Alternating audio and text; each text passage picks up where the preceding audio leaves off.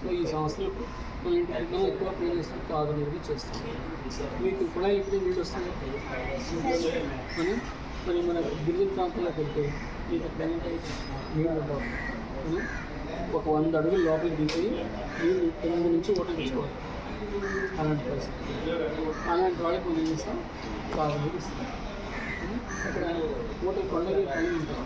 ఆ 500 ఫీట్ పైపుల ద్వారా నీళ్ళు తీసుకో, పైపులు ఎక్కడ అలాంటి పైపుల ద్వారా నీళ్ళు తీసుకొచ్చి ఇంట్లో తీస్తాం. ఇది ప్రయాణిస్తాం. ఇప్పుడు మోటార్స్ అనేవి కొట్టించుకుంటున్నారు కదా సార్, ఇంటి పక్కన బోరింగ్ కొట్టించుకుంటున్నారు. అలా కొట్టించుకోవడం వల్ల భూగర్భ జలాలు మరి భూగర్భ జలాలు నిండిపోతుంది. కానీ శాశ్వతంగా చూడండి, ఆ శాశ్వతంగా ఓట్లు వస్తుంటాయి కదా, కొండల నుండి ట్రాఫిక్లకు పరిస్థితులు బట్టి వాటికి నీళ్ళు నిండుతూ ఉంటుంది. మనకు వర్షాలు పడతాయి. వర్షాలు ముందు ఏం చేస్తాయి, మీ ట్యాంకులో ఏం చేస్తారు, నీళ్ళు నింపుకుంటున్నారు కింద నుంచి. ఎక్కడి నుంచి నీరు తీసుకొస్తారు, భూమిలో నీళ్ళు తీసుకొస్తారు. ఆ భూమిలో నీళ్ళు ఏం చేస్తాయి, అలా ఉంటాయి, నిల్వ పెద్ద రిజర్వాయర్లు ఉంటాయి. మన ట్యాంక్ అయితే ఒక 10,000 లీటర్లు 20,000 లీటర్లు ఉంటాయి. కానీ కింద పెద్ద రిజర్వాయర్లు ఉంటాయి. ఆ రిజర్వాయర్లో వాటర్ ఇలా ఇస్తూ తగ్గిపో వర్షం రావాలి. అంటే చెట్లు నాటారు. చెట్లు నట్టు మళ్ళీ ఏం చేస్తారు, నీళ్ళు ఇంకించుకుంటారు. ఇంకించుకుని మళ్ళీ ఆ నిల్వ ఉన్నాయి అలా వస్తాయి.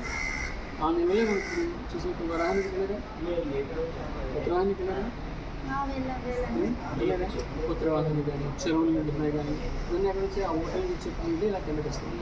ఈ నీళ్ళని ఎక్కడికి వెళ్తాయి, సముద్రంలోకి వెళ్తాయి. చెరువుల నుంచి అలాగా ఏర్లోంచి అలాగా సముద్రంలోకి వెళ్తాయి కదా. ఇదంతా ఒక వాటర్ సైకిల్. మనం వర్షాలు ఎలా పడతాయి, మబ్బులు వస్తాయి. మబ్బులు ఎలా వస్తాయి, ఆవిరయ్యి మళ్ళీ వెళ్తాయి. గరీబ్ నుంచి మళ్ళీ అవి వర్షాలు పడతాయి. ఆ వర్షాలు పడడం నుంచి అవన్నీ అవుతాయి. ఎక్కువ చెట్లు ఎక్కడెక్కడ అక్కడ బాగా నీళ్ళు భూమిలో ఉంటాయి. ఇంటికి నీళ్ళు మళ్ళీ ఏం చేస్తే